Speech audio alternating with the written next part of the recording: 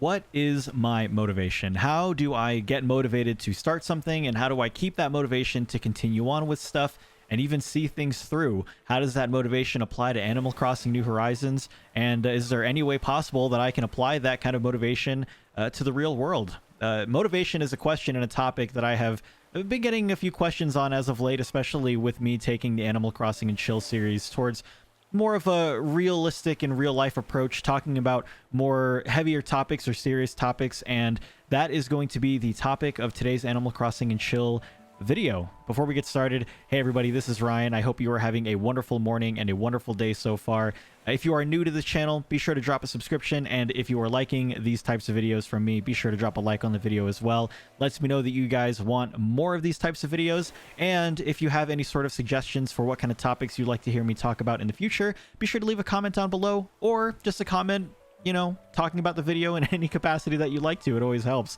As you can see, I am fishing this morning because I thought it would be a fun way to start the video, and there's no fish here whatsoever, but that'll take care of that. So without further ado, motivation.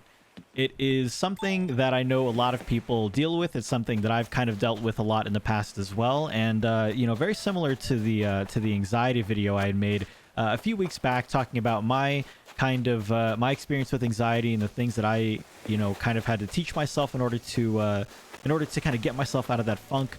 Motivation is something as well that I've kind of had to learn along the way. What can I do in order to become motivated? And I think motivation more or less comes from I would say how you approach it, what you think about it, and what exactly it can, you know, be in regards to what it is that you are trying to do. But at the end of the day, why motivation actually doesn't really matter. So in regards to Animal Crossing, since we are playing Animal Crossing, the biggest thing that people need motivation for is for island designing. I've said this multiple times, but Animal Crossing, especially New Horizons, is an island designing game, and the biggest activity for this game is to design your island. And a lot of people will either get these gigantic spurs of inspiration, or they will never have it whatsoever. And those gigantic spurs of inspiration are pretty scary, and not scary in the traditional sense of what scaring is, I guess, but more so that when is that feeling going to go away? I'm motivated to design this area now, but what is the rest of the island going to look like? How on earth do I not lose motivation to continue designing that part of the island?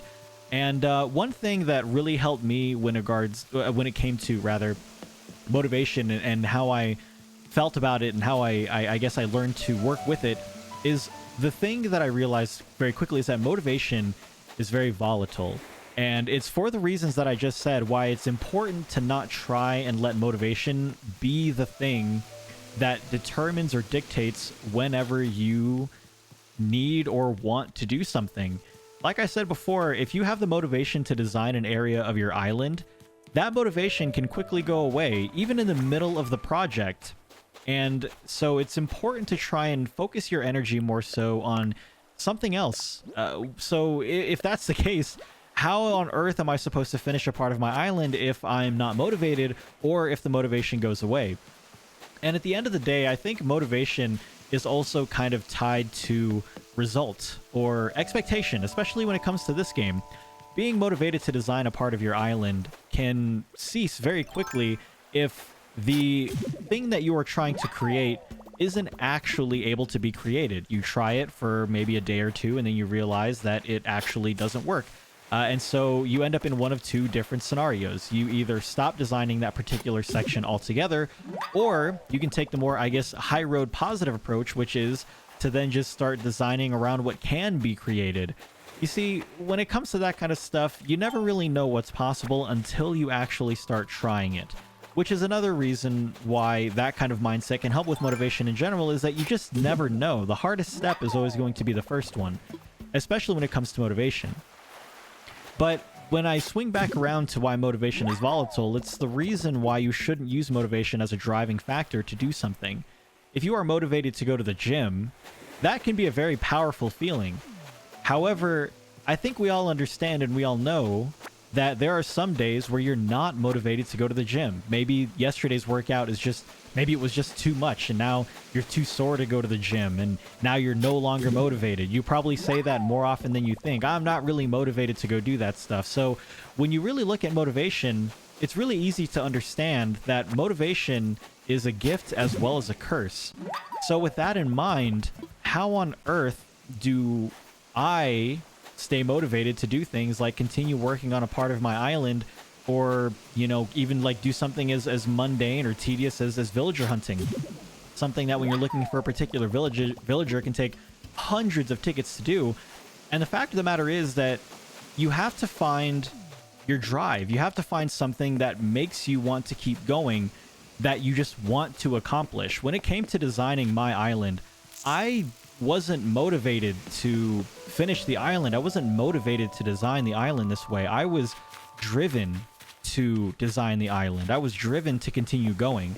And this allowed me to get rid of that random feeling that would occur where I would start designing an area, and when it didn't work, I would quite simply, and I also know a lot of people are going to be very angry that I just did that. There, you know, like, I'm going to use this pirate cove for an example. I knew that when I was making this pirate cove, the secret beach area, that I just wanted to create it to look somewhat like a pirate area.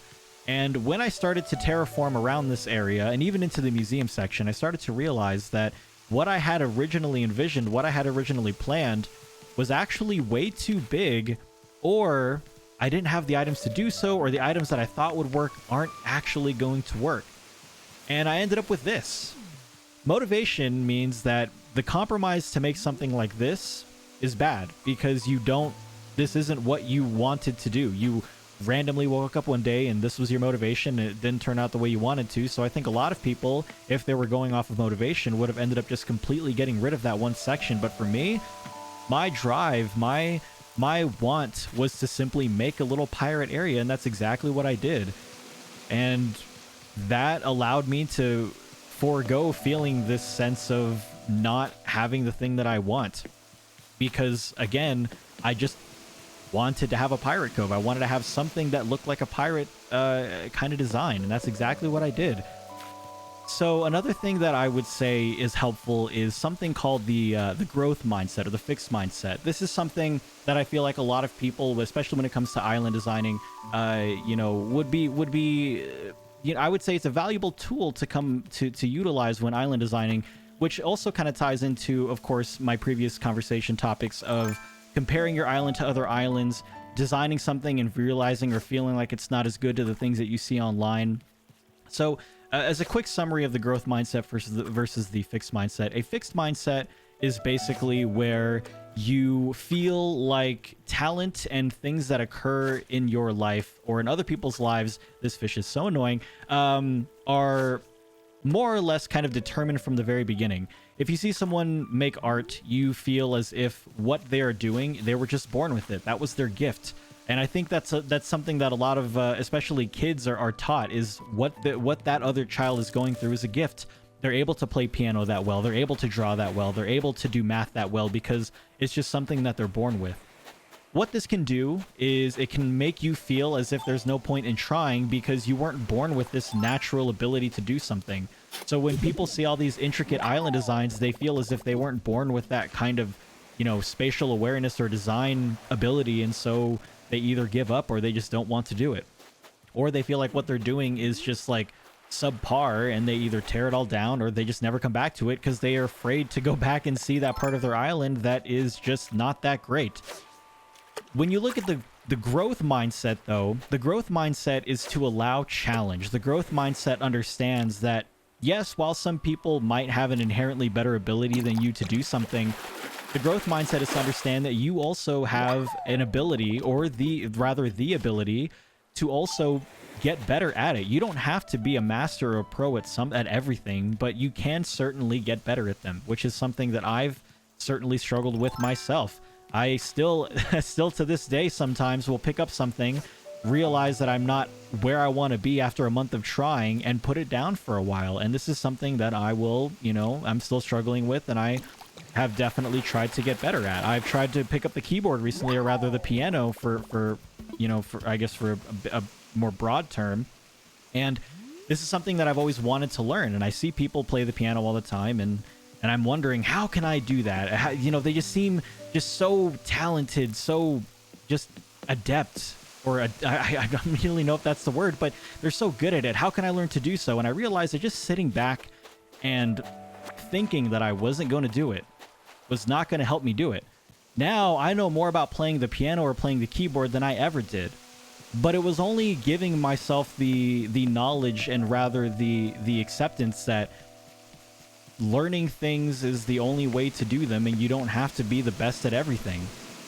So when it comes to everything that I just said, the growth and fixed mindset is the quickest and fastest way that I started to overcome the major obstacle of overthinking, of just thinking that I just was never going to know how to do this thing. I was never going to know how to do that thing. I think Bob Ross is a pretty good example of this. He, you know, we meme about all the happy little mistakes and stuff all the time, but what he's trying to do, if you look at it from more of a like an actual objective standpoint, is he's trying to tell you that, again, not everything has to be perfect. And sometimes it's that imperfection that can sometimes lead to the greatest result.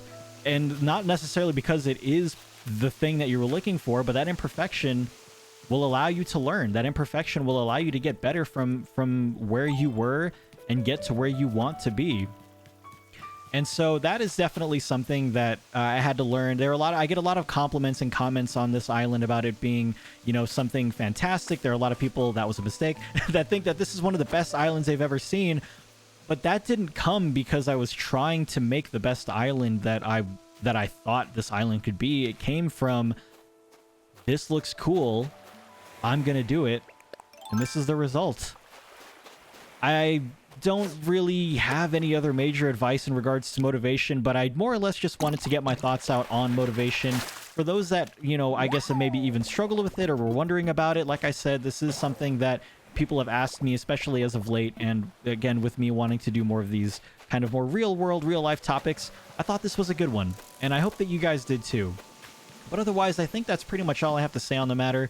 Thank you all so much for stopping in, tuning in, and hanging out with me this morning. I really appreciate it, or whenever it is that you watch this video.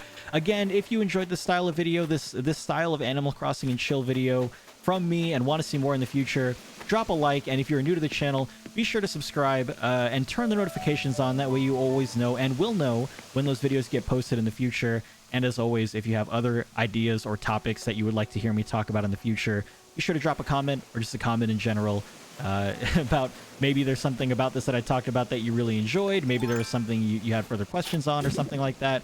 And I will certainly do my best to take a look at those and get back to everybody. But in the meantime, everybody, thank you so much again for hanging out with me. I really appreciate it. Until next time, everybody, I hope everyone stays safe out there as well. And I will see everybody during the very next video. Be sure to follow me on all socials. Twitter, I have a Discord channel, also live stream on Twitch more often nowadays than before. Until next time, everybody, take care of yourselves. I'll see you next time. Bye now.